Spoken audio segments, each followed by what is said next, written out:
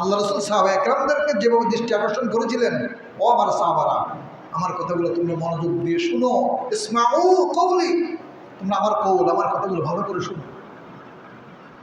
অতএব আমরাও সেই কথাগুলা আল্লাহর পয়গম্বর যেভাবে আজকে ঘোষণা করেছেন মনে করতে হবে আমরা সেদিন ছিলাম সেখানে, যেভাবে সেদিনের উপস্থিত সাহাবায়ে কেরামরা মনোযোগ সহকারে শুনেছেন, আমরাও আজকে মনে করতে হবে আমরা রাসূল পাক সাল্লাল্লাহু আলাইহি ওয়াসাল্লামের সেই বিদায় হজ্জের ভাষণে আমরা উপস্থিত ছিলাম। অতএব আমাদেরকে আল্লাহর পয়গম্বর কি নসিহত করছেন এগুলো আমাদেরকে শুনতে হবে।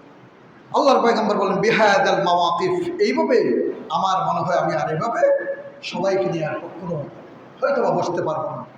আমাদের মা বাবা যখন আমাদেরকে এই ধরনের একটা কথা বলবে, আমরা যেমন সহ্য করতে পারবো না, চোখের পানি ধরে রাখতে পারবো না, আমরা যখন আর স্বাভাবিক থাকতে পারবো না, আমাদের কলিজার টুকরা নয়নের মনি রাহমাতুল্লিল আলামিন, যাকে আমরা নিজের প্রাণের চেয়েও বেশি ভালোবাসি, সেই মুহাম্মদ রাসূলুল্লাহ সাল্লাল্লাহু আলাইহি সাল্লাম এই ঘোষণা দেওয়ার পর সাহাবায়ে কেরামরা যার যার করে কাঁদতে শুরু করলেন। কান্নার রোল পড়ে গেল, শুরু করলেন। হযরত ওমর রাদিয়াল্লাহু তাআলা আনহুর মতো এত কঠোর হৃদয়ের মানুষ, তিনি আর ধৈর্য ধরতে পারলেন না, বাচ্চা ছেলের মতো কান্না শুরু করে দিলেন। আল্লাহর পয়গম্বর জিজ্ঞেস করলেন, ওমর কাঁদতেছো কেন? বলছে, ইয়া রাসূলুল্লাহ, কাঁদতেছি আপনার এই ঘোষণার মধ্যে আমরা বুঝে গেছি, সেজন্য কাঁদতেছি। একবার অনেক নসিহতের মধ্যে সবচেয়ে গুরুত্বপূর্ণ কয়েকটি কথা আমরা এখানে আলোচনা করার জন্য চেষ্টা করব। আল্লাহর পয়গম্বর বললেন, ও আমার সাহাবারা, ইন্না দিমাউকুম ওয়া আমওয়ালুকুম হারামুন আলাইকুম লাহুরমাতি ইয়াউমিকুম হাযা।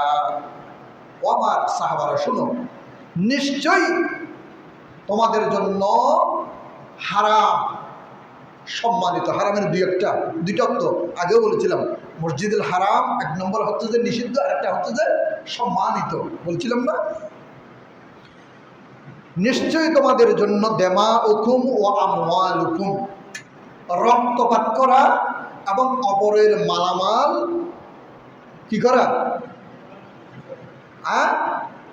আত্মসাৎ করা, অবৈধভাবে কারো মাল সম্পদ ধনসম্পদ আত্মসাৎ করা, কি হারামুন আলাইকুম, তোমাদের জন্য হারাম, তোমাদের জন্য নিষিদ্ধ, তোমাদের জন্য কি হারাম। হারাম হারাম তো বুঝি আমরা, হারাম মানে বুঝি না?